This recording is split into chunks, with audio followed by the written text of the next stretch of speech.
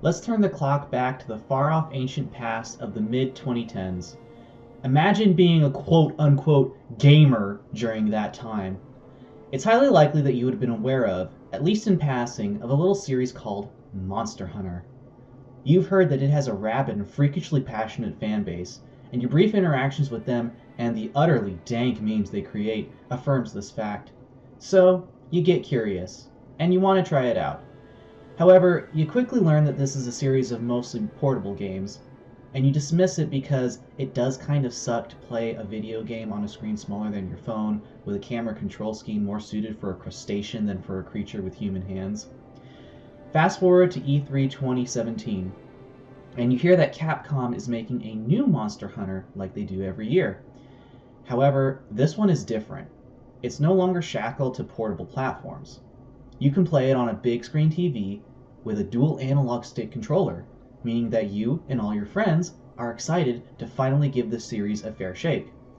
January of 2018 rolls around, and Monster Hunter World launches. It does gangbusters, and people generally love it. Though it has some problems and missteps making the jump from portables to the AAA space, it's generally well received, and was supported with several updates and even a full-fledged expansion over the course of the next 3 years. Eventually, though, updates stopped, and players were told to jump onto the next shiny new toy.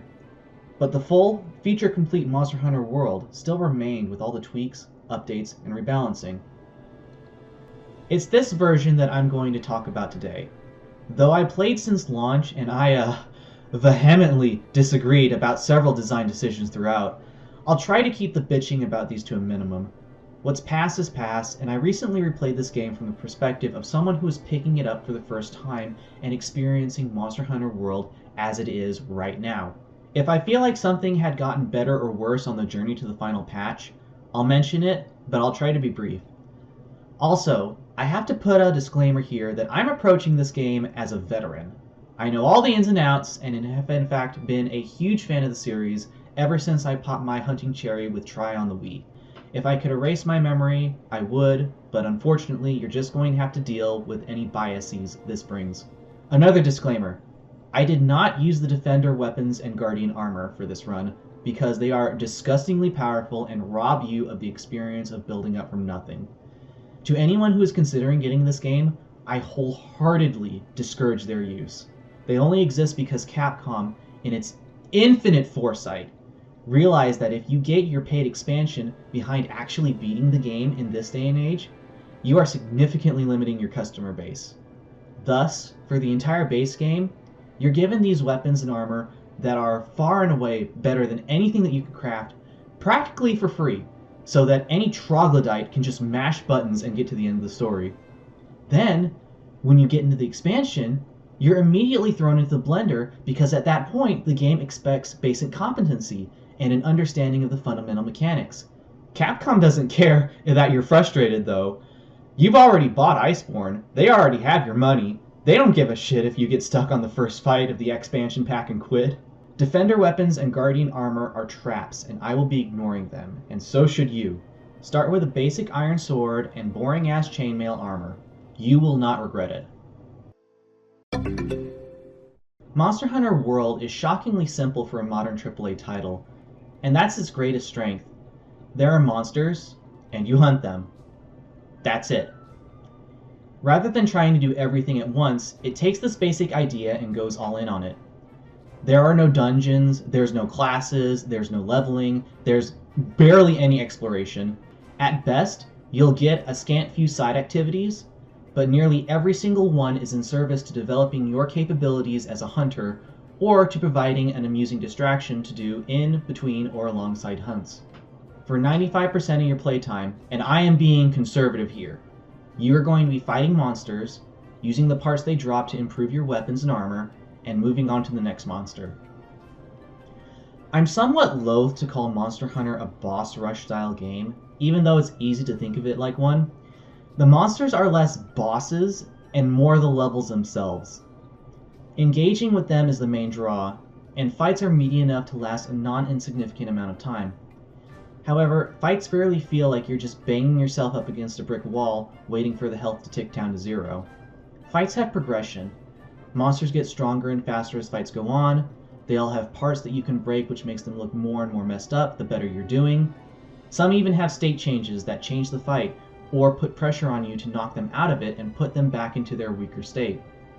Not only that, there are 14 different weapon types, all of which play radically differently from each other, which also means that the same fight feels different depending on which one you choose to bring. How the Elder Dragon Lunastra is fought with the Insect Glaive is different from how she's fought with a hammer, which itself is different from how she's fought with a bowgun. Monster Hunter World has locational damage, which means fights aren't just about hitting the monster while not getting hit yourself, but also skillfully avoiding armored regions of their body while striking soft and vulnerable regions that best match your weapon's capabilities. Every piece of armor in the game also gives your hunter skill points, which can give them abilities that let you better manage things like how sharp your weapon is, countering specific monster traits, giving you a gimmicky playstyle, etc. Not only that, you have a talking cat called a Palico who is your 24/7 hunting companion who you can equip with its own gear that gives it a specialized role. There's a huge amount of depth when it comes to gearing up. I'm avoiding the term build here because, like I said earlier, there's no classes or leveling. You can switch your playstyle on a whim, and the only barrier to being able to do so is whether or not you have the monster parts required to forge what you want. One of the best draws of Monster Hunter is that your character doesn't get better. You do. Fortunately, this isn't too big of a problem. As long as you're going out of your way to break all of a monster's parts, picking up the items they drop occasionally during the fights, and maybe giving your Palico the tool that lets it steal items from monsters, then you usually will get enough in a single fight to make at least the first stage of a monster's weapon line, or to be able to make a piece of armor or two. If not, then another round or two will surely give you the materials to make what you're aiming for, especially since the game has special quests called investigations that can give you extra and more rare rewards based on how many restrictions they have. These are RNG, but the game showers you with so many, so frequently, that you would be hard-pressed to not have at least one good investigation for the monster you're intending to make gear out of. Plus, as I mentioned earlier, switching up weapons can make fights feel fresh enough on subsequent runs that you having to fight a mon more than a few times to get what you need isn't too tall of an order. There is, of course, rare materials that can be a bitch to get, but some of the side activities can give you pity tickets that you can exchange for them. You don't get that many though, so use them wisely. It does give great reasons to go out and engage with everything the game has to offer though, so I commend that. As I've said, the moment-to-moment action is very fun and has a lot of depth to it, but I need to address the elephant in the room right now. Unfortunately, by this point in the series' life, Monster Hunter was suffering from what I like to call the Pokemon problem. It's when a series has refined its gameplay so much that it's incredibly difficult to further iterate on it in a meaningful way. Therefore, developers stop trying to actually improve things and instead decide that each game should be defined by a gimmick to set it out from the others. In Generations, it was Hunter Arts and Styles.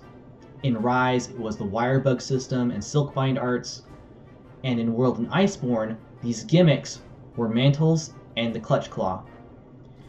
Mantles are mostly inoffensive.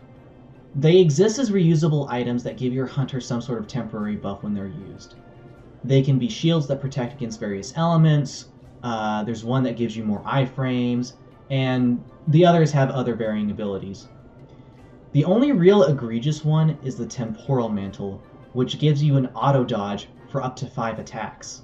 Even then, it's not nearly as bad as it was when it was first added to the game, giving you functional invincibility for a full 90 seconds. I do feel like mantles should have been limited to the defensive and utility options though. As it is now, you'll likely be only using the scant few combat mantles because they're the ones that are going to be universally useful. Mantles should have been things that you equip to counter a monster's abilities, because, of course, if a person is tasked with killing a creature 20 times his size, he's going to make sure that he's well protected. At least you have to go out of your way to unlock and use them, even though the arguably strongest one, the Temporal Mantle, is given to you as part of a post-game questline. What I'm trying to say is, you can totally ignore mantles and lose nothing from the overall experience. This is not true of the Clutch Claw, And that's the real thing that brings down Monster Hunter World's combat. Actually, it's not even the claw itself. I get the idea behind the claw. Maybe a monster's tail or wings are hard to attack for some weapons, so the clutch claw would let you grapple onto them and do a fairly solid attack, provided that you have the skill and reflexes to recognize a safe opportunity to do so. Or, hell, it's great when it incorporates itself into a weapon's moveset, like the hammer's super pound into claw spin to win, or Lance's special claw counter move. If the clutch claw was just this, I think it would have been a great addition. However, what ruins the whole concept is this. When a monster hits one of many HP thresholds, they do a special stagger animation that interrupts whatever they were doing and leaves them completely helpless. They sit around with their thumb up their ass to give you enough time to clutch claw grapple onto them, and if you do so, they sit still for even longer to make sure that you can successfully get off a wounding attack. It just feels so arbitrary and artificial, and is the result of game design spiraling out of control. I know the thought processes behind this exactly. The clutch claw is a fancy new toy that can let hunters do some cool targeted attacks. But wait, those attacks, other than letting short weapons attack high tails, are kind of risky and generally aren't worth it, so players aren't going to use them. So, you make it more enticing by letting those wounds tenderize and make tenderized parts take massive amounts of bonus damage. Oops! Tenderizing is too strong, so now you have to make each monster resistant to damage massively to balance it out. Oh no! Now players need to use the clutch claw so that a hunt doesn't take a million years to complete. So you've got to guarantee that even the most brain-dead troglodyte of a gamer is able to get tenderizing attacks off, and thus the clutch claw stagger, or more quote-unquote affectionately, the clagger, was born. This is a huge mark against the game and always takes you out of the fight. Monster Hunter is so good because there is so much depth and interaction when it comes to the fights. When you attack, where you attack, and with what attack, all blend together to make each fight a beautiful dance once the game fully clicks with you. With claggers, though, there's always just one answer. Claw onto the monster, press the attack button, and watch the funny animation. Every single time. You could also say a lot of the same things about the claw's other ability to send monsters flying towards a wall to make them fall down for a while for free damage. But that at least has some player input in it. You have to find a safe opening, get the monster in a good position for it, make sure that you have slinger ammo loaded, and you can't do it while a monster is enraged, which is a state that doing a wall bang makes them go into. It has some innate limiters which, while it's still overpowered, it at least makes it feel somewhat earned. Regardless, there are a few fights in the game without one or both of these, and it is immediately noticeable for the better. There, now that I'm done bitching about the gimmicks, that about covers the core experience. Monster hunting is a complicated thing, and with as much depth as you're willing to put into it, provided you don't just bring a bow and button mash everything to death, that is. World's rendition of it makes it more like other action games rather than the slow-paced tactical combat of earlier Monster Hunters, which I do feel brings it down a bit. However, it's still a solid and engaging core, albeit with a couple of annoyances. Monster Hunter World isn't some survival sandbox where you're set free right out of the gate. It is a proper video game, with proper structure, and I like to generally go through what a typical path through the game looks like. After you've made your character and gone through a few set pieces that serve as glorified tutorials, you're welcome to the main hub of the vanilla game, Astera. When you arrive, it looks like a cool place with lots of NPCs and Monster Hunter's unique bone punk aesthetic. This is all to disguise the fact that Astera sucks. Its design is truly baffling, and I have to wonder if it was made with the idea of tricking people who had never played a Monster Hunter game before into thinking that it was a game with towns and free roaming and the like. It seems fine now with NPCs leading you around and there being a cutscene after every mission, but as soon as you get into the core gameplay loop, you begin to realize that you're going to be spending a lot of time just running around from place to place. Everything feels unnecessarily spread out, especially considering that you always return from a quest at the front gate of Astera, which is opposite of where your handler and the canteen are. The handler gives quests, which, to be fair, you can grab from a quest board right by the front gate. However, most of the time, in order to progress, you need to talk to her in her normal spot first. Even if she were close to the gate, though, the canteen is not. In Monster Hunter, you can buff yourself by eating a meal before each outing. They're dirt cheap and the buffs are significant, so there's no reason not to do it before every hunt. You can eat out in the field, but later on in the game, starting a quest at a safe camp where you can eat a meal no longer becomes guaranteed, and nobody wants to land in front of an angry dinosaur with base HP and no food skills. So, you'll typically jog across Astera to eat and get a new quest, and you'd better not have done your errands along the way, because after you pick a quest, you have to preload the quest. Whatever the hell that means! You have to remember that this game came out on the base PS4 and Xbox One, and those consoles, they had some tech problems. I played on the PS4 when this game came out, and the load times were nuts. It boggles my mind just how long they were, and how in the world that the devs thought it was acceptable.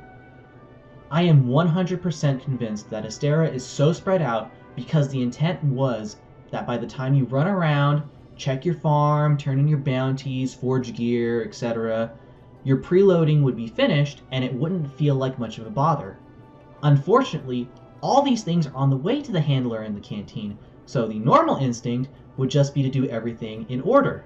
Fortunately, in this day and age, the PC release with a solid-state drive loads incredibly quickly, but it again is just another weird annoyance.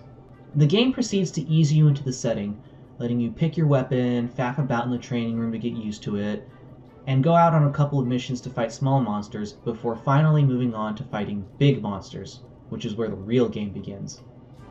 Fortunately, Iceborne's additions were integrated in the base game whenever possible, which really does help fully round out the weapon movesets.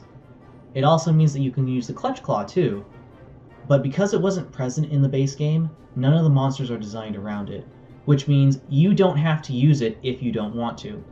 Clagger gets backported though, which always sucks, especially since early mons have such little HP that you'll be seeing it frequently if you're even halfway proficient in the game. The very first monster, Great Jagras, is a glorified punching bag, but what do you expect from the first real fight? Beyond that though, I really like how all the early mons feel like tutorials that teach the player valuable lessons. Kulu-Yaku teaches the player to aim their attacks at vulnerable spots when it uses a rock as a shield. Puke teaches you about tail cuts by making its tail look like a big bright fuck me spot. And Baroth teaches you that sometimes monsters are going to have weak spots other than their heads. Along the way, you slowly unlock special equipment, charms to supplement your armor sets, and varying farms that make getting core items like healing potions easy. I will have to say that the farm feels a bit too strong in this game. While it's initially pretty limited, before you know it, it's capable of producing everything that you could possibly imagine for free, which means there's really no point to bother with gathering out in the field after the first 4 or so hours.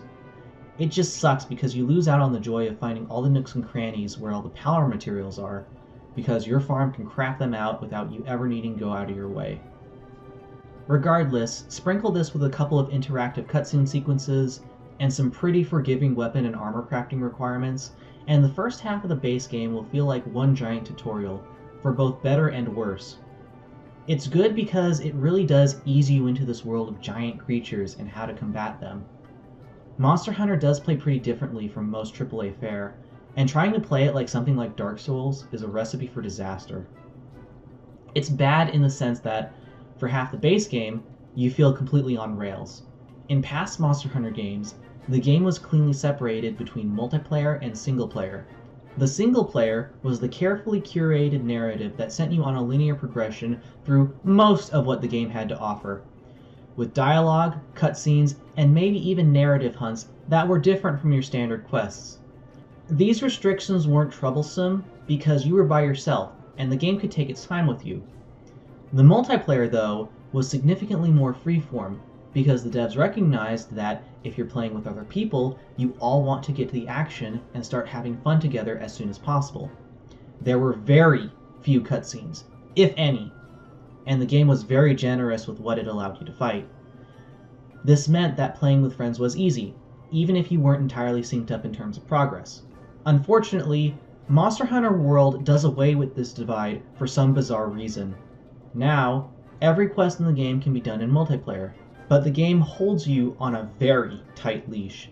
If you haven't fought a monster in the story quest, you can't even join up with friends to fight it, even if it's literally the next story beat. You need to accept the quest yourself, play solo until you follow the monster's tracks enough to get to where it is, and then watch the epic in-engine cutscene of your character basically showing what the monster is all about. Then, and only then, can you join others and have others join you to fight it. It is utterly absurd, and while the in-engine cutscenes for the first encounters are well done, they by no means justify these insane decisions. For the beginning of the game, multiplayer feels like an afterthought, which makes me feel like the decision to combine both single player and the multiplayer was made fairly late into development. Either way, it sucks, and it immediately puts a stopper on the idea that you're going to be able to have fun with friends right out of the gate. There is always going online and asking randos to join up, but most of them will likely be much further along than you, and this game has a huge power creep problem. If they won't gear down to your level, the monsters will die in minutes. I highly recommend against random multiplayer if they don't have the courtesy to get down on your level. What's truly baffling is that the game commits hard to focusing on its narrative, but the thing is, the story is ass. It is the most bare-bones plot imaginable, with events and twists that a kindergartner could see coming. The plot goes from having no stakes at all to unbelievable stakes in a single breath. The characters are all one-dimensional tropes and feel like they've been designed by committee given how sterile they all are. Worst of all is the writing. The dialogue in this game is unbelievably terrible. No human being talks like this. At times, it feels like something a high schooler would write. Another weird thing, in some hunts, characters speak as if they're fighting right beside you, despite being nowhere to be seen. I guess the game just wants you to use your imagination and pretend that they're there. I don't know if this is a result of Japanese speech being translated too literally, but a part of me suspects that the game is trying to be like this. I know, a bold jump, but bear with me. In recent times, due to the average age of gamers going up, a lot of big titles these days are no longer afraid of the formerly dreaded M rating.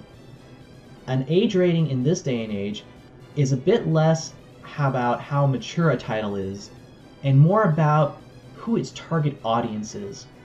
Monster Hunter World, when you look at the cover, is not rated M.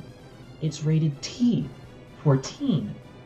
And this tracks with all the impressions that I've gotten that Monster Hunter, in Japan at least, is a series for kids.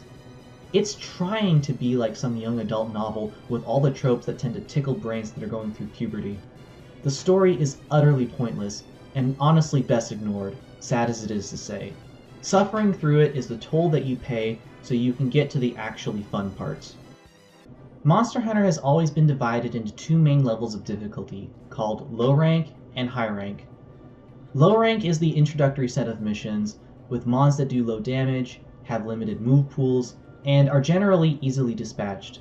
High rank is the real game, where mons are at their full power, have respectable HP totals, full movesets with some crafty tricks, and the full roster of the game with its tougher foes that low rank babies don't get to fight. In Monster Hunter World, this is gated behind the interactive cutscene that is Zora Magdaros, which is so on rails, it's hilarious. I don't even think it's possible to actually fail this quest. It's a baseless rumor, but word on the street is this guy gobbled up nearly half of the entire development budget, and every penny wasted. It would be funny if it weren't so sad. But I digress. Once you get to high rank, the game gives you a bit of breathing room. There's a healthy roster of bonds, and you're only limited when it comes to getting repeatable quests for them. You can fight monsters above your rank when they randomly appear when you go out to a particular area to free hunt. You can't bring friends with you when you set out to free hunt, only when you choose to remain in the area after a regular quest. Again, annoying design decision that makes no sense, but at least some outs exist. The objective at the game at this point becomes to just hunt and pick up special tracks that can appear almost anywhere. I really like this, and it lets you and your friends all work together towards the same goal without having to perform arcane rituals. If you don't want to faff about though, it's very easy to collect all the tracks you need just by going out to the field a couple of times. There are some instances of the same cutscene limitations that low rank had, but they are much fewer in number, at least until you get to the very end of the story and begin fighting the Elder Dragon tier of monsters, and start seeing a lot of new faces. High rank is by no means perfect, but I do think the structure is more along the lines of what the game should have been like from the start. You eventually kill a giant freaky newborn dragon that may or may not be an alien, and reach the credits of the vanilla game.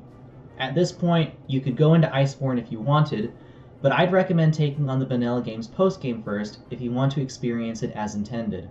I mentioned earlier that Monster Hunter World has a power creep problem, and returning to the vanilla game's final challenges with even early Iceborne gear can, in essence, trivialize them.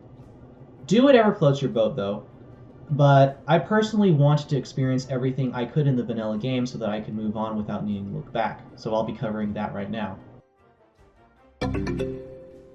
Now then, just because the credits rolled doesn't mean the game is over. The vanilla game does have a lot of things that can only be done after the final boss, the primary being the post-launch updates that the game received.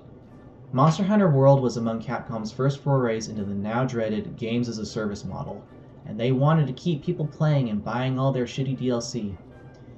By now, you've probably seen all the locked gestures and stickers, which is kind of soul-crushing given how arbitrary most of them seem to be. However, the troglodytes who bought these did fund updates to give the game some longevity. As you go through high rank, you'll have noticed that there's been a Devil Joe sighting, and he has a small quest line associated with him. You can do this in parallel with the normal objective, like he was just a side quest, despite being a monster that came during an update. I like the fact that it's integrated well into the vanilla game, unlike the rest of the updates which are just dumped on you en masse as soon as you clear the final boss. I suppose it doesn't matter too much, seeing as there's no clear difficulty progression and they're all completely independent of each other, but it still feels kind of sloppy. I'll briefly give my thoughts on them all in the order that the game was originally updated.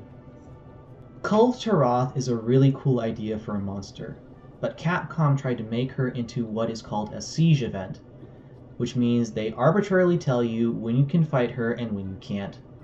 Well, fight is a strong word. She's actually invincible, and the goal is to just break her horns. A cool idea, and I feel like Monster Hunter does need more non-standard objectives like this. But what this amounts to is collecting tracks and breaking parts on her while she walks around ignoring you until you reach a threshold where she actually begins fighting you. You're not expected to win the first time, or even the second, and she flees, leaving you to do it over and over and over again as you slowly level up the siege and make her easier and easier to stop from fleeing. I'll be blunt. While the idea is interesting and Kulve herself is fun when she's actually fighting you, the execution of the siege is utter ass. It forces you to group up. I spent 5 hours maxing out the siege using typical gear that a player would have at that point, and I still couldn't solo her. You might say, "Mighty Shockwave, weren't you just bitching about all the obstacles to multiplayer earlier?" That's true, but in Monster Hunter, multiplayer is supposed to be a bonus. You don't normally lose anything by doing a fight yourself if you can't find anyone to group up with. Kulve Taroth used to be soloable by the average Joe. It took a long time, but once you max out the siege level, it was basically a freebie. However, Capcom, recognizing their own power creep, later decided to make Kulve much stronger than she was before, with no way to fight the old version, pushing that out of reach. I might just suck at the game, but I had a run where everything that could have gone right did, and I still couldn't meet the dumb DPS check that determines whether she flees or not. and if you get tired and leave the lobby, the siege level resets all the way back to 1. If I could somehow save the siege level and just keep throwing myself at it until I got good, it might be okay, but as the game is right now, that was not an option. So I had to call on outside help, which, unless you already have a friend group who plays, was incredibly difficult to find, and I couldn't get them to gear down, so victory felt hollow and unearned. To make matters worse, the random rewards that you get at the very end range from gutter trash to literally the best weapons in the game. So if you want serious power, you have to just fight her over and over and over again and pray that you get lucky. It is absolutely mind-numbing, especially when you consider that the pity gear Iceborne throws at you at the start is significantly stronger for 1/100th of the time investment. I say clear it once if you can for the experience and just move on. Fortunately, the next update was a regular Mon, Lunastra. There's really not much to say about her. She's a tough fight, but plays traditionally. Her weapons have this weird gimmick where they have 1 out of 3 skills on them depending on what other monster parts you use to make them. But I always thought the series needed more of this, and apparently Capcom does too, with weapons in Monster Hunter Wilds now coming with their own skill points. The series has always had a balance problem when it comes to weapons, a trend that it has bucked only very recently, and World was still in the old era. There are no reservations that some weapons are stronger than others, but I've always felt like giving weaker weapons special traits would go a ways to help bridge the gap and make it so that you don't see the same weapons everywhere. Regardless, Lunastra's an extremely aggressive and dangerous monster, but overall I think she adds to the game more than she takes away. The next update is Behemoth, which is the first of 2 crossover quest lines, this one being with Final Fantasy XIV. You'd think that crossovers would be lazy, but worlds go hard, even with their own full cutscenes and quest chains. This one opens with a rather silly quest to fight a giant Kulu-Yaku wielding a crystal instead of a rock. It's a really fun concept, and there's even cactuars running around. It's a little weird that cactuars can appear in quests before this one, but they're rare, so I don't think it's too offensive. It's more like a, hey wow that's cute moment, than something that you see all the time. The real meat of the quest line is Behemoth, and this guy is very polarizing. He is explicitly designed to not feel like a normal fight, but rather an MMO boss, being designed for a team comp of a tank, 2 DPS, and 1 guy acting as healer. Some people love this gimmick, some people despise it. I'm not a big fan of the result, but I appreciate what it was going for. I feel like my ambivalence is caused by the fact that while he's designed for a specific style of fight, you're not 100% forced into it. There are solutions to the challenges the fight levels at you while fighting solo, and you don't have to go too far out of your way to address them. Equip the taunting tool to your Palico, manage flash bombs, KOs, and mounts to stop its area denial spells, and bring armor skills to counter the tricks that you find most troublesome to deal with. I even proved this was possible by getting a solo clear with whatever gear I had lying around at the time. It was tough, but doable. As for the rewards that you get for killing Behemoth, I'd like to take this moment to talk about the game's power creep problem. Despite having a ton of weapons and armor to choose from, Monster Hunter World has a big balance issue. It's bad enough for weapons, but it's even worse for armor sets. Of all the skill types in the game, damage skills are by far the most universally useful, and nearly everyone who plays will eventually gravitate towards them. Monster Hunter is a game of margins. Boosting your attack even a small amount means that you get more flinches, which lead to more topples, which lead to even greater damage stacking up, which overall leads to faster and less risky hunts. The armor skill weakness exploit in particular is absolutely disgusting, giving you up to 50% critical hit rate for a mere 3 skill points. Granted, it's 30% base and the remaining 20% being conditional on tenderizing, but realistically you're going to have tenderizing up the entire hunt if you're managing it well. Combine this with other critical hit skills, and you'll be doing like 40% more damage by default compared to if you used armor purely for defensive and utility reasons. And you'll have nearly infinite sharpness, so you don't have to worry about something as small and pesky as a core game mechanic anymore. That is nuts. And the armor that you make from behemoth parts, Drachin armor, is bar none the single most powerful armor set in the vanilla game, while at the same time being utterly trivial to make. A single behemoth kill let me make 4 out of 5 pieces, and I was only short 1 tail from being able to make the full set. In fact, with the tool that lets your Palico steal monster parts, you can get a full set of Drachin armor without even needing to score a single kill, without too much effort either. There's precedence for the devs actively guiding you towards strong gear as a baseline, with me noticing during my replay that the vanilla game pits you up against Rathian and Teostra more frequently than other monsters, with these two having extremely solid weapons and armor, respectively. Once you beat Behemoth, though, and obtain Drachin armor, that's pretty much it. And in fact, the vanilla game from here on out does feel like it's balanced around this overall skyrocketed damage output. Fortunately, with the vanilla game not having too much beyond this point, this isn't as big of a problem as it could be, but just consider it a preview of the issues that the game will face later on at its true end. The last of the vanilla game updates was a crossover with The Witcher. Yes, you heard me right, The Witcher. Geralt of Rivia himself comes out of a portal, and you play as him in a quest that has a dialogue system designed specifically for it, that the game uses nowhere else. It's fully voiced, with side quests, and doing them all gives you a very valuable bonus reward even. You fight a Leshen, again, a monster that is completely unique from anything else in the game. The actual fight itself is kind of underwhelming though, and it goes down without too much trouble. Again, really cool, but not something that's worth grinding out, especially since you can only get a select few weapons from it, and its armor comes as a full set, which turns your character into Geralt, which can turn some people off. This is only half the update though, and the real fight, the Ancient Leshen, is gated behind the final Hunter rank barrier, which I will talk about when we get there. Once you've done all the updates, or not, there's nothing in the game that's forcing you to do them, you'll likely be somewhere around Hunter rank 30 or 35, and that means you still have a bit to go before you get to the point where you can see everything the vanilla game has to offer, which I wholly recommend, as it's the only way to get the best mantles in the game.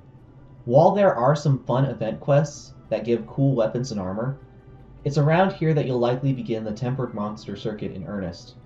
In Monster Hunter World, a Tempered Monster is a special version of a monster that is tougher and has more HP, although they don't get any more moves. They exist only in investigations, and you may even have a couple right now, since you can get investigations from special blue tracks that begin appearing for weak monsters about halfway through high rank. They're a bit tedious to farm naturally, seeing how there's only 1 or 2 tracks that spawn every time you go out on an expedition. But fortunately, there's an event quest absolutely littered with tempered tracks that you can do starting at Hunter rank 30 and get a ton of investigations lickety-split. Fighting these monsters gives a ton of rank experience, and they give random decorations as rewards. Decorations are special jewels that you can insert into your armor and give them extra skills to supplement what they come with. In past Monster Hunter games, these used to be craftable, with the charms being the ones randomly generated, but World switches it up, likely to stimulate the part of our monkey brains that is instinctively drawn to gambling. Getting these from normal quests is very rare, and it's only after you hop on this treadmill that you begin to get actually useful decorations that'll meaningfully change up your armor set choices. When the game first came out, the decoration balance was utterly fucked, with useful ones being rarer than diamonds, and even powerful set bonus skills that come from equipping many pieces of a single armor set could just drop as a single decoration, easy to slot in. It was a rather slimy attempt at creating a forever grind in order to support the games as a service model, unfortunately. However, at the end of the game's update cycle, the devs rebalanced the decoration drop rates to make them more reasonable for an average player. Having gone through the game from scratch, I can say this rebalance actually kind of works. It still sucked that I couldn't just make what I needed, but just from playing the game normally to rank 50, I had amassed a fair number of decoration staples that greatly expanded my options when it came to what armor to use. It finally felt like the system was working as intended. I'm not saying this was an end-all solution, but at least it's currently not terrible. By the time you fought everything necessary to get the impact and invasion mantles, you'll only have a small push to go to reach rank 50. One final quest to completely unlock the rest of the base game, and you're free to do as you please. Another 3 tempered Elder Dragons to unlock the Rocksteady Mantle, and you're in a good position to do the base game's toughest fights. I have to give a shout out to the Greatest Jagras, which takes the first monster of the game and turns him into a fun and challenging battle. Other than him, there's what's called the Arch-Tempered Elder Dragons, which are super versions of their respective monsters. These fights range from being barely different from their regular encounters to posing huge new challenges to make them feel as dangerous in gameplay as they are in lore. I have to ding a few points for the over-reliance on damage over time effects though. By now, you've likely accumulated a few streamstones, which allow you to augment your weapon. Most of these are small bonuses, but one in particular stands out: Health Augment. Health Augment makes it so that something on the order of 10% of the damage that you deal is instantly restored to your HP. This effect radically changes the game, making it so that you can just attack non-stop and killing a lot of tension due to you very quickly recovering from any hits that you take. The devs seem to have noticed this and gave several Arch-Tempered Elders massively buffed damage over time effects. However, this also means that without a weapon augment, these fights feel unfair because there's no way to avoid getting damaged no matter how well you play. There are ways to mitigate this damage in some cases, but you're typically making some heavy concessions, and it feels like you're fighting the damage over time instead of the monster itself. However tough these fights are, though, they do let you make some of the best armor in the game. But, like I said earlier, it's kind of a moot point because it's very hard to beat Drachin armor in terms of universal use, which is a bit of a buzzkill after defeating such powerful foes. The vanilla game's final challenges are Tempered Behemoth and Ancient Leshen. Tempered Behemoth is just a remix of the first fight and only unlocks cosmetics, and is completely skippable in my eyes. Ancient Leshen, though, is your opportunity to fight a Leshen without being locked to playing as Geralt, as well as being the only one that you can fight in multiplayer, thus providing enough of a different experience to warrant talking about. This guy, oh baby, he sure is something. I wanted to like him, but he is the worst elements in the game scaled up to 10. Massive AoE spam, unavoidable damage over time, and doing its damnedest to force multiplayer without any concessions for the solo experience. This guy's HP doesn't scale regardless of party size, and he has 67,500 HP. That is an utterly insane number. For reference, the absolute true final boss of the entire game has 66,000 HP. That's right, the living disaster Black Dragon Incarnation of Death has less HP than a funny tree man. It turns each attempt into an endurance match, but it's doable with smart gear selection and strategy. The bloated HP isn't the worst part though. What really kills the fight is one single move, his grab, which is almost always a guaranteed KO on the player. The gimmick is that if you get grabbed, another player can come over and free you before the Ancient Leshen can deliver the coup de grace. However, if you're playing by yourself, which is more likely than not if you're going through high rank in World these days, you are just shit out of luck. The grab will KO a player at full HP unless they're going incredibly hard on stacking defensive skills, and even then, it will leave them with only a tiny sliver of health, only if they were grabbed at full HP. It's rough because this fight would be manageable without this one attack. It would still be an utter slog, but it wouldn't leave you with the soul-crushing feeling of being forced to abandon the quest when you get grabbed with no spare KOs remaining, just so you can at least get all the resources you spent back, which you don't if the quest registers as a failure. Sometimes it's worth it though, just for the unique failure screen. I think it's funny how it just says you straight up die. Monster Hunter is a very lighthearted series, and hunters that fail just faint, like Pokemon, and are taken back to the nearest Huntermon Center to do some quick healing and try again. Against Ancient Leshen? Nope, he doesn't fuck around. One wrong move and you're fucking dead, kiddo. Game over. If you have Iceborne, then you're able to start it as soon as you beat the final boss of the vanilla game. It covers a new tier of difficulty called Master Rank, and is another difficulty boost akin to the jump from low rank to high rank. Whether you've bothered or not to finish with the rest of the vanilla game doesn't really matter. Your augments are refunded the moment you upgrade a weapon, and the defense differential between high rank armor and master rank armor is so great that it's worth making the jump even if the skills are suboptimal for a time. You'll immediately notice that Celiana is a much, much better hub than Estera. The canteen and the handler are located in the center, and thus are closed no matter where you are in the hub. The other facilities are arranged in a ring, and with how many crisscrossing paths there are, it's very easy to hit up what you need and get back to the hunts. You're given a new tool to use, a camera, with which you can take pictures to fulfill side missions. These photo requests are definitely fun for helping break the monotony, though they're a little basic and RNG dependent. I would have liked it more if the photo requests were less take a photo of X if it happens to spawn on the map, and more something that requires the player to actively cause or skillfully capture, though that does present its own set of problems. You'll also find something called the Steamworks in Celiana, which is a slot machine. It's incredibly bizarre. The game tells you to hit 3 face buttons in order for rewards, but it is entirely random, and in fact, you can just hold one button on subsequent visits to cycle through the rounds as quickly as possible.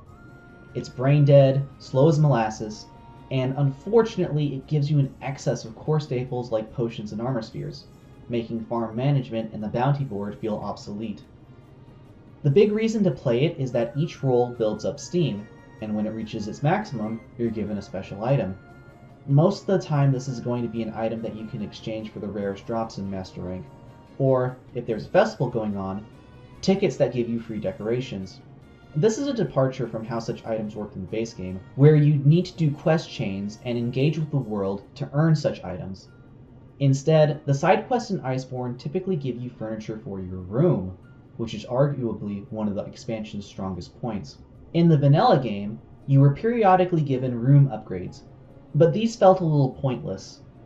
It was fun turning them into zoos by placing small critters that you caught, but beyond that, they felt a little pointless. When you hit Iceborne though, you are given a massive double-decker room that you can turn into an absolute jungle with animals, and more importantly, customize it with various furniture, decorations, and wallpaper and flooring. It's a little sad to see all the shit that you have to spend real money on, but there is a lot that you can just buy yourself with research points, and the coolest decorations are obtained via side quests and treasure hunting. The best part is that, when you're finished, you can make the room public, and anyone who's in the same lobby as you can enter your room and be amazed by your absolutely refined tastes. The same goes for you, and it is delightful checking out other people's rooms whenever you get some downtime in between missions. My one big complaint is that the room still does feel out of the way, like you only go there when you want to see it. I think the best solution would have been to frame booting up the game as your hunter waking up from their bed, which would be a pleasant way to imagine your hunter as waking up to begin their day job, as well as making sure the player keeps the room in mind whenever they catch a rare pet or obtain a cool new painting to hang up. From here, progression resumes similar to the vanilla game, with hunts leading to cutscenes, leading to walking sequences, etc., etc., with the freeform collecting tracks research only happening at the very end. The new map, the Hoarfrost Reach, is a nice change of scenery and has some pretty varied design when it comes to its zones. Unfortunately, this story shares the same big issue as the vanilla game, where it is so tightly focused on its trash narrative that it stops you from having fun with friends. At the very least, there's a healthy roster of optional quests from the very start, as all of the vanilla game's monsters are in their respective master rank tiers, so you can at least immediately start hunting a decent variety of monsters with friends. I think the increase in side quests, and the fact that you can begin hunting tempered monsters for decorations well before the end of the main story, were efforts to help with the issue. And they do, but it's not good enough. Speaking of decorations, Master Rank introduces some new skills, and new decorations that combine 2 skills into one giant-sized decoration. It's a bit of an awkward system, with only certain combinations allowed, but it does help with the skill availability issues, as does the fact that all Master Rank quests give at least one decoration as a reward by default. It's here that a lot of the problems with the Clutch Claw become really noticeable. All of the new monsters you encounter are really cool, and have fights that feel much more unique than most of the ones in the vanilla game. However, they feel designed around the Clutch Claw, with high HP values, damage resistance galore, and moving so fast that you really begin to yearn for those wallbang knockdowns to get in free damage and tenderizing opportunities. While there are more subspecies than I would have liked, they are almost all marked improvements on their original monsters, which makes the sentiment hurt even more. Iceborne will really test your ability to tolerate the Clutch Claw, which mars otherwise great fights. Granted, not every new monster is a winner. Nightshade Palumo is fucking infuriating, and Namiel is the poster child for a 10 out of 10 idea, but 3 out of 10 execution, as examples. But Iceborne's roster hits a lot more than it misses, fortunately. I just wish their armor sets had more unique set bonuses.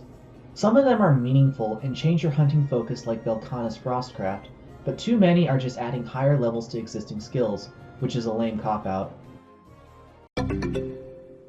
Eventually, you kill Monster Buddha and see the credits roll. Like the vanilla game, there's still a lot of stuff to do. You have a year's worth of updates to go through in addition to the normal post-game, so buckle up, Sparky. In contrast to the vanilla game just dumping updates on you all at once, though, Iceborne's postgame doles them out at a comfortable pace. First, you're introduced to the Guiding Lands, which is the normal postgame area where you can hunt nearly any monster in the game. Monsters hunted here, though, exclusively drop special materials that you can use to augment weapons.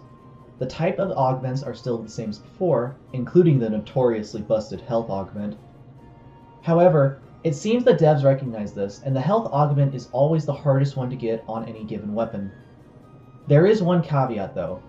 Each region has levels that rise as you hunt monsters from that region. What I'm saying is, you have to pay your dues and hunt shit mons before you can get the real good stuff to appear. How much experience that you get is directly tied to the research points that you get from a monster, which means for fast leveling you have to break parts, sniff tracks, and generally try to structure your hunts to maximize the gain.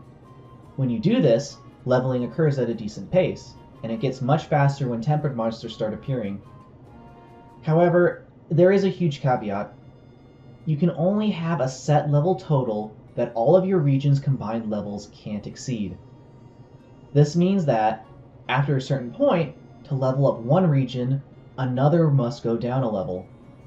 Fortunately, you're given a lot of control over which regions to keep at low levels, and can in fact lock the levels of your Guiding Lands if you need something from a monster in a region that you want to keep low. I get the idea here. The point is to encourage multiplayer by going into lobbies and asking people if they have a Guiding Lands region at the level that you need, and conversely, share access to your high-level regions with the people who need them. I actually really like this idea, but only because leveling your own regions requires only a time investment, and aside from the health augment, augments for your weapons really aren't that impactful. You're not going to lose a lot if your weapon doesn't have a bit extra power. Realistically, you can just level up the lands required to get health augments, and lock it if you don't want to bother with sharing in multiplayer. Unlike at lower levels though, Master Rank endgame multiplayer is still fairly active as of the time of this writing, so the system does work as intended. I do have to mention that it can be frustrating to get a monster that you need to spawn, but hunting in the Guiding Lands will naturally give you lures that you can use to force specific mons to appear, and it's easy to make an item at the melder that will force an already present monster to leave and roll again for that particular monster slot.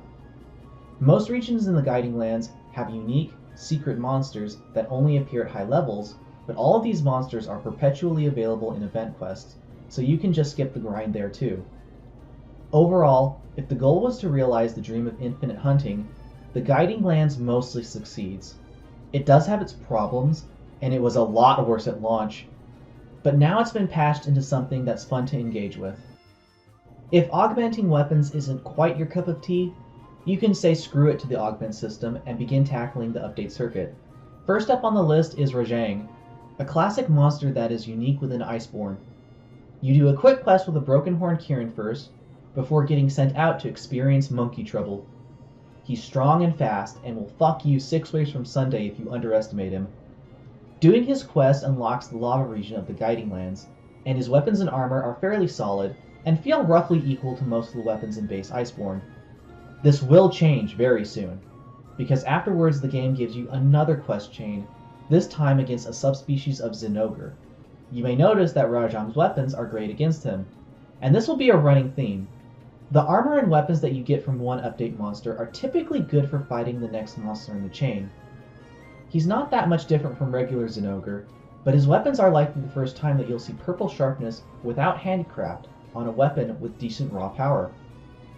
It feels somewhat okay though, since Dragon is not that great of an offensive element in this game, and it's used mostly for its secondary parameter called Elder Seal, which governs how effective it is at reducing the power of Elder Dragons. Typically, Elder Dragons have an aura that gets stronger and stronger throughout a fight, before ending in a super attack that brings them back down to 0 and starting the build up all over again. Elder Seal is like a status condition that, when triggered, it can knock an Elder Dragon down 1 aura charge. That doesn't seem significant, and really it isn't, but I do think that it makes some fights marginally easier. Getting back on track, Stygian Zinogre weapons feel strong, but not ridiculous. But they are perfect for fighting the next monster. And that, my friends, is where the cracks start to show. The next monster on the list is Safi Jiva, the adult form of the final boss of the vanilla game. Sadly, the devs gave up on the cool flower alien aesthetic and just turned him into a regular-ass dragon. Like, you can maybe justify it as absorbing DNA and bioenergy and shit, and turning into the rough average of everything on this particular planet, but it's still tragic to see such a stellar aesthetic be tossed out. This guy is another siege like Kulve Taroth, which means he has his own lobby-wide gimmick of energy needing to be drained. The idea is that a big lobby would all work towards draining it by fighting him, and eventually would score the kill. He's like Behemoth in the sense that he's less of a traditional fight and more built around a big party with balanced roles. Cutting weapons attack the forelegs and tail, blunt weapons attack the head and the hind legs, and gunners shoot the wings. You get bonuses for breaking his parts, so you feel pressure to work with others to cover all bases. Unfortunately, as a fight, this guy is seriously undercooked. He doesn't even really fight the players, he just bats them away from whatever part is being attacked. If there's 3 or 4 players, he rotates his attention enough that you feel like you're doing meaningful damage. God help you if you're fighting him on your own though, as his AI and attack patterns just don't work well at all if you don't have anyone to split his attention with. The same limb will attack you over and over faster than you can keep up, and it's even worse because if a limb attacks too frequently, Safi will heal any tenderizing that's been done to it, gimping your damage output even further, not to mention all the attacks with difficult to avoid AoEs. Equipping your Palico with the tool that draws aggro barely works, and even so, beyond phase 1, he has a mechanic where he exclusively focuses on the person doing the most damage to him. If you're on your own, that means you, and your cat will be doing jack squat to help out. When Safi's focused on you, it's much more difficult to get damage in, and he gains a new grab attack that's yet another instant KO that's somehow tolerated because other players can save you with an AoE healing item. The final update of Monster Hunter World supposedly gave him solo scaling, but I really couldn't see it. It felt like I was taking crazy pills as I threw myself at him over and over again, and this time, I didn't even have the excuse of having shit gear. At Master Rank, even casual play is enough to get you some seriously busted armor, and Stygian Zinogre's weapons are almost tailor-made to counter him, so there's no excuse on that front. It took me a grand total of 5 hours to defeat him solo, and you're looking at something similar if you can't find anyone to help you. Though, unlike Kulve, being at endgame and Master Rank, I feel like it's more reasonable to find someone to help you. What's even worse are his weapons and armor. His armor is likely the best one you'll have encountered thus far, with powerful skills, great decoration slots, and a special set bonus that drains your life with every attack, but massively boosts elemental power. and beyond that, even gives you an occasional heal that returns more than the life spent if you're landing your attacks. It is likely a huge jump in power, as are his weapons. See, you don't craft Safi's weapons with his parts like you normally do. At the end of every siege, you can pick a few weapons from a random pool to keep. These weapons can come in any type and have any element or status on them. Fortunately, some are guaranteed to be of the same type as the weapon that you have equipped when you claim them, so you have some control over what you get at least. They are extremely solid right out of the gate, but the kicker is that they have a unique system of leveling up. You can feed them Dracolite, which is an item that you get from fighting Safi. They have 5 slots, which can be used on bonuses to attack, element, etc., with the additional ability to use 1 slot to let them count as an armor piece for a set bonus. Really cool idea, but the way you level them up is among the stupidest things I have ever seen. Rather than letting you just buy upgrades at a linear pace, you have to roll for 3 possible things to stick in these slots. Didn't like what you got? Tough luck! You still lose the Dracolite, and now it's stored as potential, which is an extremely nebulous and opaque parameter that supposedly increases the chances of getting something good. But it's all behind the scenes, so you can't really tell. It wouldn't be so bad if this was just a way to customize weapons, but with how much you can upgrade these weapons, a fully kitted out Safi weapon will beat anything from regular Iceborne. No contest. The gear of nearly the entire roster becomes obsolete, and the path to power is just fighting one trash MMO-style monster over and over and over again. It's atrocious. That is, if you're even lucky enough that he's available to fight. As a siege monster, Safi is only available half the time, as he and Kulve Taroth rotate in 2-week intervals. It seems like these two are equivalent, so I'll talk about the Master Rank Kulve here. You can pick her as a regular quest while she's available, which skips the leveling and track sniffing of the vanilla game and immediately goes right to her fight. Here, she still has a DPS check, but she's honestly not that bad. In fact, I'd even say that she's a fun fight, and a solo player can totally just treat her as a regular monster. Her armor feels reasonable, though her weapons are still RNG. The deal with Master Rank Kulve is that you can level up Kulve weapons from high rank to Master Rank. But fortunately, this is a linear process and you'll always get a weapon's full power if you point X points worth of Kulve drops into it. You don't even have to suffer through the high rank Kulve siege, as you can just toss Master Rank Kulve parts into the melding pot to get random Kulve weapons. Overall, I think this is the better siege of the two, but I still don't like how, like Safi weapons, Kulve weapons are a significant step up from the rest of the game, and thus still incentivize just fighting one monster ad infinitum. Fortunately, just seeing Safi Jiva and completing his tutorial is enough to continue unlocking the post-game. The next 2 quest chains are dumped on you simultaneously, but following the actual update history of the game, the next few fights in the circuit see us return to mostly normal monsters: Furious Rajang, Raging Brachydios, and Frostfang Barioth. These are all pretty good fights, even though they're all variants of existing monsters. Raging Brachydios in particular is the darling child of this trio, being given a lot of pomp and attention, with a super special final phase that's fun and exciting. Unfortunately, the exact same can be said of Raging Brachydios' weapons and armor. Though Furious Rajang's weapons and armor are both strong, Raging Brachydios is the clear winner, with high sharpness, titanic raw power, great slots for decorations, and possessing the blast status, arguably the strongest, most universally useful status in the game. These things run neck and neck with Safi weapons, and in several cases pull out slightly ahead as best in slot. His armor too has an incredible array of offensive skills, and is the go-to core for offense like Drachid armor was in the base game. We're at the point where the weapons and armor are just flat out better than anything from before the final boss of Iceborne, and you don't even have the excuse of having to deal with a siege to not make them. Don't worry, it's going to get worse. Frostfang Barioth is the last variant of the trio, and he's a bit of an odd case. He doesn't get a mini quest line and instead has to be fought via an event quest. In fact, if you look at the event quest list, you can actually fight him First, when you're about 75% through Iceborne's story, for some odd reason. However, you can only make his weapons and armor with special tickets that are exclusive rewards for the tempered version that can only be fought in Postgame.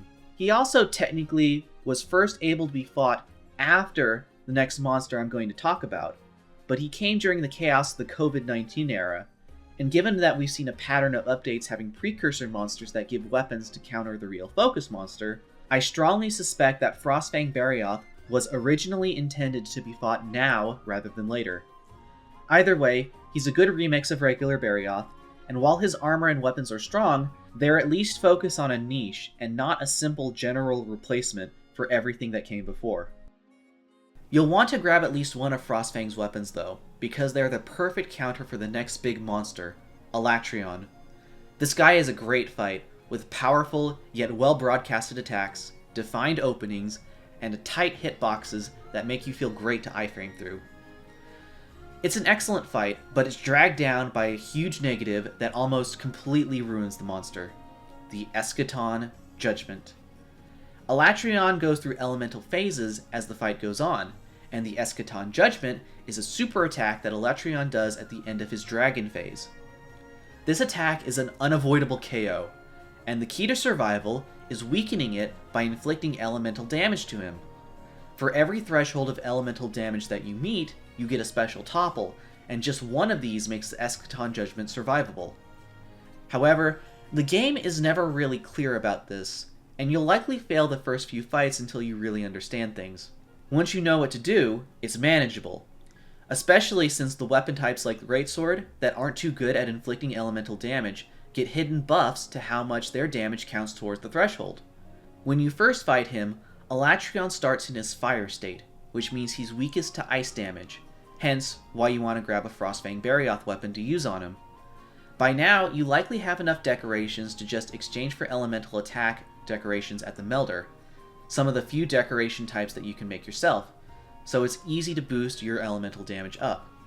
Once you're prepped, the Eschaton Judgment becomes easy to manage, and the next real challenge comes from needing to break his horns during the dragon phase to prevent Alatreon from switching to a phase where your equipped weapon does 0 damage whatsoever. I feel like this is too punishing, as it's almost impossible to meet the elemental damage threshold with only being able to deal damage during the dragon phase, where he still has a fair resistance to all elements. Still, once you've bent the knee and play how the game wants you to play, he's a very fun monster, and his gear, as is the trend, is a big power boost. Alatreon armor might not top Raging Brachydios in terms of sheer strength, but it is the best defensive armor in the game, with solid offense to boot. His weapons too are perfect for the next and final fight of the game. Like Safi, you don't actually need to defeat Alatreon to progress to the last phase of the post-game updates. However, for some odd reason, you have to defeat a severely weakened Alatreon in the next quest. I guess it's the devs beating you over the head with the suggestion to use his stuff for the next monster. Afterwards, you're pulled into a huge sequence of cutscenes to set up the unambiguous final boss of Monster Hunter World, the Black Dragon Fatalis. He was the true final boss of the original Monster Hunter, and he's been totally revamped here. He is, bar none, the toughest fight in the game. Extremely punishing, you are always one mistake away from a KO here. You're even given a limit of 5 feints compared to the usual 3, and you'll likely need all of them. Fatalis is a monster that separates the boys from the men, especially since the game actually bars you from multiplayer until you can beat his first phase on your own, albeit with some help from an NPC companion. You need to play at your absolute best to defeat Fatalis, but if you keep at it enough, he'll eventually fall, and you'll be proclaimed a true monster hunter. Afterwards, the game pretty much says, that's it. You've beaten the biggest challenge the game has to throw at you. There's no sense in beating around the bush anymore. You beat the game. Fatalis weapons and armor are, bar none, the best in the game. There is literally no reason to use anything else in 90% of cases. They're so strong that they just brute force through anything with elemental weaknesses. And a fully kitted out set of Fatalis armor has room for every single offensive skill in the game. It's actually kind of disgusting how one monster, even the final boss, can just completely invalidate nearly every other monster in the game. It was never this bad in past Monster Hunters. Hell, most final bosses would be lucky to even get a decent set, let alone the best in the game. I just feel like it encapsulates everything wrong with World's update model. There's no real care to encourage new playstyles or buff niches that were underloved, just ratchet up the numbers to keep that Skinner box going. This design is everything wrong with video games, snuffing out creativity for the cheap rush of seeing a number go up. Once you've beaten Fatalis, even if you've been taking your time, you'll likely still be well under the Master Rank 100 threshold to unlock the final quests. If you have the patience to farm Fatalis for his armor and weapons, nothing can really stand against you. You'll have to fill the remainder with guiding lands, completing all the optional quests, and checking out the event quests. There's also fighting tempered monsters for decorations to fill out your fancy new armor, but in terms of rank XP gain and obtaining decorations, there's an event quest with a tempered Zinogre that knocks any regular investigation out of the park in terms of efficiency. You'll likely still do regular investigation quests simply because, as good of a fight as Zinogre is, you'll likely get sick of him before long. Gathering in the guiding lands will give you tons of resources to use at the Steamworks, and you're certain to be playing during a festival since they're at literally 50% uptime now, lasting 2 weeks and then taking a break for 2 weeks. In no time at all, you'll have a full suite of basic decorations from all the tickets that the Steamworks gives you during a festival, and what those tickets don't give you, you can likely craft at the Melder. The Melder can actually make most of the big set bonus decorations like Mind's Eye after you beat the final boss of Iceborne, but they cost so much that you'll likely be unable to make them until you're already swimming with other decorations. I wish we could make all decorations like this. Sure, keep the RNG drops, but at least let us have some defined goal to work towards. Regardless of how you spend your time, by the time you hit Master Rank 100, you are realistically as powerful as you are going to get in this game. Once you finally hit that last barrier, you're sent to defeat Ruiner Nergigante. Funnily, despite the game insisting that he is the great balancer and that powerful Elder Dragons would run amok without him, the Research Commission decides that the best course of action is to kill him! Whatever. It's Monster Hunter, not Monster Lover, despite what many fans would have you think. Regardless, you go, you kill him, and that's that. He's just a souped-up Nergigante with a couple of annoying new moves. Nothing really to write home about. He did not have to be gated behind Master Rank 100, that's for sure. And he's a bit of a wet fart of a final monster. After he bites the dust, you unlock being able to raise your guiding lands to level 7, and tempered Elder Dragon investigations and event quests. The only two remaining new things are the Arch-Tempered versions of Namiel and Velkhana. Arch-Tempered Namiel is a huge disappointment. I could barely tell a difference between it and regular Namiel. And regular Namiel is certainly nothing special either. Arch-Tempered Velkhana, though, that was the last new quest added to the game, and the devs put a lot of care into this one. He gets new music, as well as several new flashy and dangerous moves, and a slight tweak to how his Ice Aura works. It's a great fight that serves as a proper send-off to Iceborne and Monster Hunter World as a whole. After Arch-Tempered Velkhana, you've now seen everything that the game has to offer. Unless you're some freakazoid who wants to get into the time attack scene, of course, but I consider myself and the people who listen to my ramblings to be, actual human beings. When I replayed this game to prepare for the sequel, I had forgotten what a journey it was. The game has a lot to it, and I was reminded why I was such a huge fan of it when it came out. However, with time comes perspective, and the rose-tinted goggles have finally come off. This game isn't perfect, and has some noticeable pacing, design, and balancing flaws.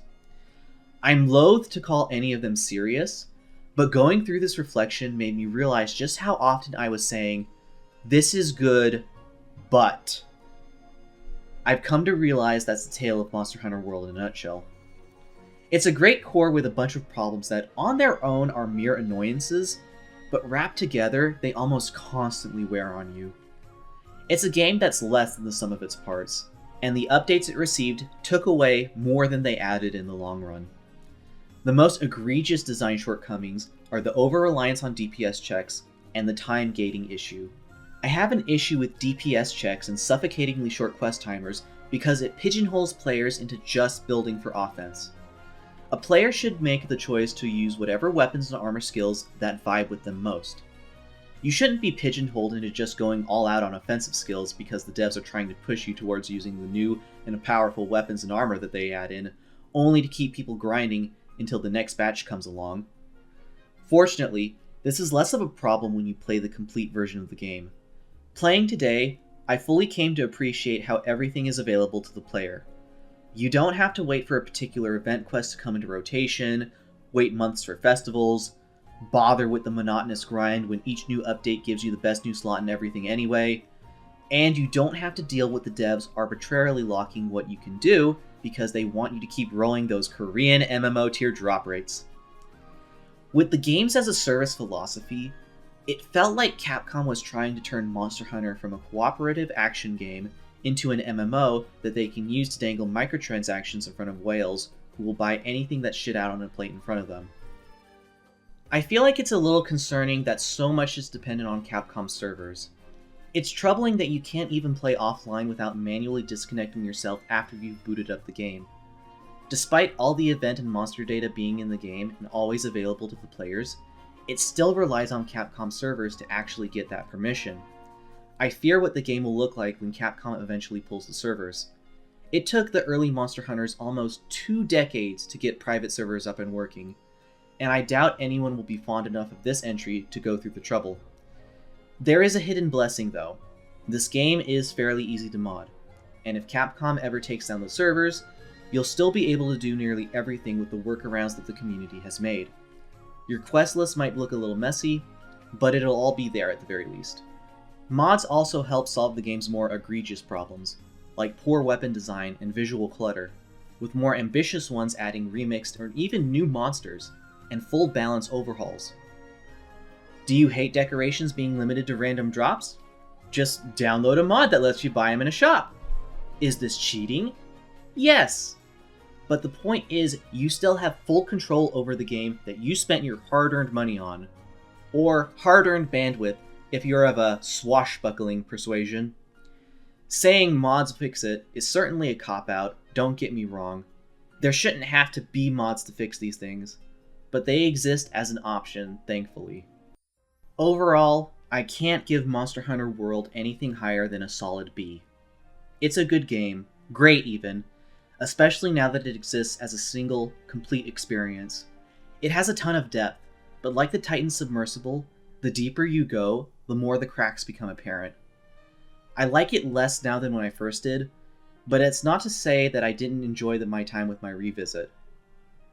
A lot of the changes the final update brought did make the game feel more cohesive as a whole, which I greatly appreciate. The average Joe can play all the way from Great Jagras to Fatalis and feel like they've gotten the full experience. A part of me just fears where this series is going. I've been a fan of Monster Hunter for a long time, and each new entry just seems to add new problems and get further and further away from what made me fall in love with the series in the first place. I can only hope that things don't get too bad. I never thought that I'd get tired of Pokemon, but at Generation 8, I just quit the series cold turkey, because I just couldn't take the bullshit anymore. I pray that it's a long time before the same happens with Monster Hunter.